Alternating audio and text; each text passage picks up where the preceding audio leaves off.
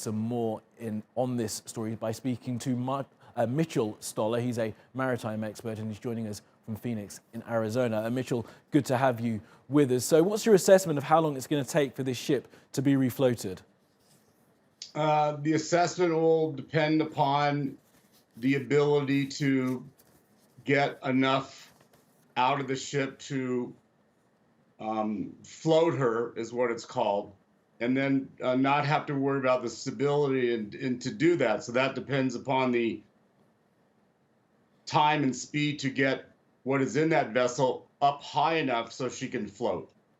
And that sounds like a really difficult task. So they'll have to bring sort of machinery to get all those containers off. Is that the plan?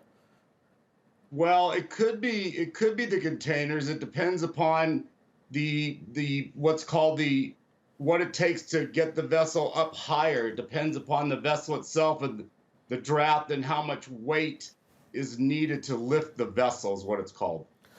Mitchell, how much is this costing the economy? As I just said, $9.5 billion worth of goods are meant to be on that ship. What's this going to mean for consumers like you and I getting our goods? Well, it's going to be bad because a lot of those vessels like that can carry refrigerated cargo. They're called reefer cargoes. So that ship is carrying containers that have electronic gear, refrigerated equipment, and they have thousands and thousands of containers on there. So each vessel has what's called a cargo plan, and they know it's on that vessel. So ports that want what's on that vessel are going to be short getting that cargo. And Mitchell, what lessons do you think will be learned once this thing is refloated? I assume it will be refloated. It was blown off course by strong winds. Do you think that people in this industry will learn anything from the mistakes that may have been made here? Well, I hope they do. What happens with a ship that long, and I piloted those ships in Los Angeles, so I know. In fact, I piloted Evergreen ships.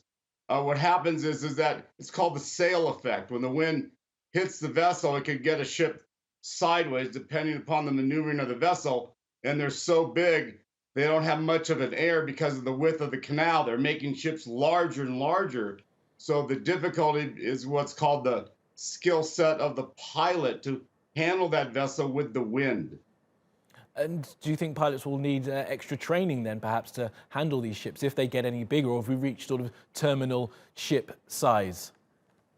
Some may need more training. I did get training in Grenoble, France for ship handling, and I was a ship handler for Los Angeles, Long Beach, and LA. Yes, that could be part of it. Yes. Okay, Mitchell Stoller, do appreciate your analysis. Thanks for being with us.